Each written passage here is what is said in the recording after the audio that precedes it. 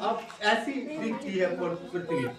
दोबारा शुरू इस तरह से आपने और कल इसकी घूर्णन गति के बारे में बात हुई है, ठीक है, कि इस तरह से अक्ष पे भी घूमती है। ये इसका अक्ष है, 23.5 डिग्री वो झुकी हुई है, दिख रही है आपको, थोड़ा झुका हुआ है, ये झुका हुआ है ना, 23.5 डिग्री का झुका हुआ है। और इसको एक काल्पनिक रेखा बीचों बीच मानेंगे, जिसको हम क्या कहते हैं। तो बेटा इस लॉन्गिट्यूड्स के बारे में बता दिया गया था, ठीक है। आज आपको लैटिट्यूड्स के बारे में सीखना थोड़ा सा, ये लैटिट्यूड्स क्या होते हैं। अब ऐसी भी कुछ रेखाएं होती हैं, ठीक है, और ये कितनी डिग्री पे, ये टोटल जो ग्लोब है वो कितने का होगा, 360 डिग्री मानी जाती है, ठीक है। ये भी कुछ काल्पनिक रेखाएं जो देशों को उनको क्या कहते हैं, विभाजित करती है। मतलब प्रत्येक देश की स्थिति बताने के लिए कुछ इस तरह की रेखाएं भी है, ठीक है। Longitudes and latitudes. लॉन्गिट्यूड्स ये वाली होगी जो आपकी कल डिस्कस होगी, ठीक है। अब लैटिट्यूड्स के बारे में मतलब ये आपको देशों के अंतर, मतलब देशों की पोजीशन बताते हैं इस ग्लोब में, यानी अर्थ का। और ये काल्पनिक है, खींची नहीं है। मत सोचना कि जमीन पर ऐसी कुछ रेखाएं खींची गई है, ऐसा नहीं है।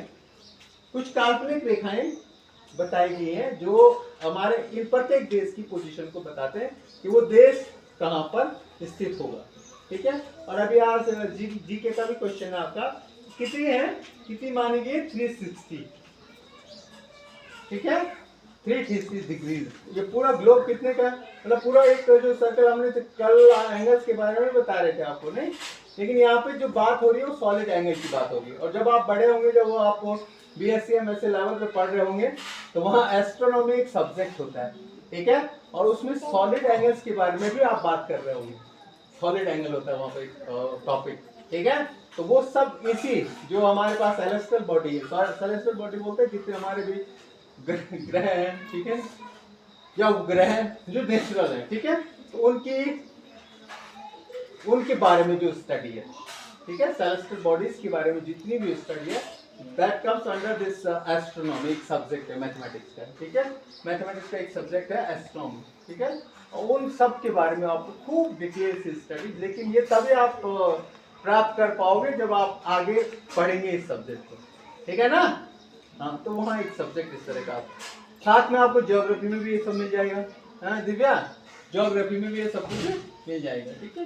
तो देशों की पोजीशन कहाँ पर कौन सा देश स्थित है, उसकी पोजीशन जानने के लिए कुछ काल्पनिक रेखाएं ऐसी भी खींची गई है इस ग्लोब में, ठीक है, और उनको नंबरिंग की गई है। और ये टोटल कितनी होंगे, 360 डिग्री, ठीक है, सॉलिड एंगल के हिसाब से।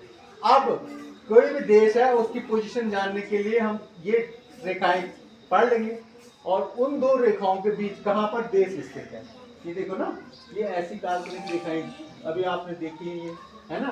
किसी देश की पोजीशन इससे हम लगा देते हैं कि कितना लैटिट्यूड है और लैंगिट्यूड कितना है। लैंगिट्यूड मतलब ये किस के बीच आ रहा है, कौन सी रेखा के बीच आ रहा है, जो कल बात हुई थी, ठीक है।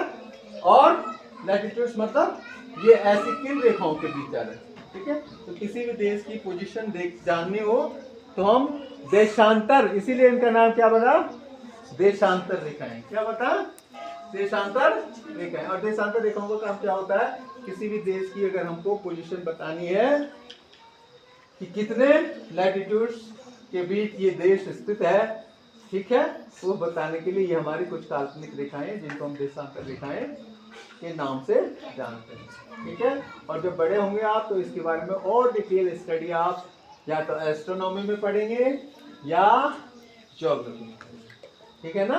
हाँ, और बड़ा इंटरेस्टिंग सब्जेक्ट है ज्योग्राफी, जो कि साइंटिफिक सब्जेक्ट है, वो साइंस ही है एक तरह का, ठीक है। इसके बारे में आप आगे बड़े विस्तार से बाद में पढ़ेंगे जब आप बड़े हो जाएंगे, ठीक है। फिलहाल आपको इतना ध्यान रखना है कि हमारे पास कुछ काल्पनिक रेखाएं हैं जिनको हम लॉन्गिट्यूड्स एंड लैटिट्यूड्स बोलते हैं, ठीक है ना। और लॉन्गिट्यूड्स हमारे इस तरह से चलेंगे, है ना, जिसमें आपने कल पढ़ा कर रेखा, मकर रेखा, भूमध्य रेखा, ठीक है, वो भी पोजीशन बताएंगे। और ये यहाँ तक अब आप आए थे ऐसे ऐसे लेकर के ऊपर आर्कटिक, ये जो उत्तरी गोलार्ध और पश्चिमी गोलार्ध जो है वहाँ तक आए थे कल। ठीक कुछ इस तरह की रेखाएं हैं जो आपको दिखाई दे रही हैं इस ग्लोब में, देखेंगे आप, ठीक है। तो इस तरह की जो रेखाएं ऐसे भी जो आएंगी नीचे को ऐसे, ठीक है, पूरी 360 पूरे ग्लोब के लिए 360 डिग्री पूरा 360 है ना, ठीक है। तो पूरी जो इस तरह की है वो क्या करती है, देशों की पोजीशन को बचाने के लिए होती है। ये कौन सा देश किस लैटिट्यूड के बीच स्थित है, ठीक है।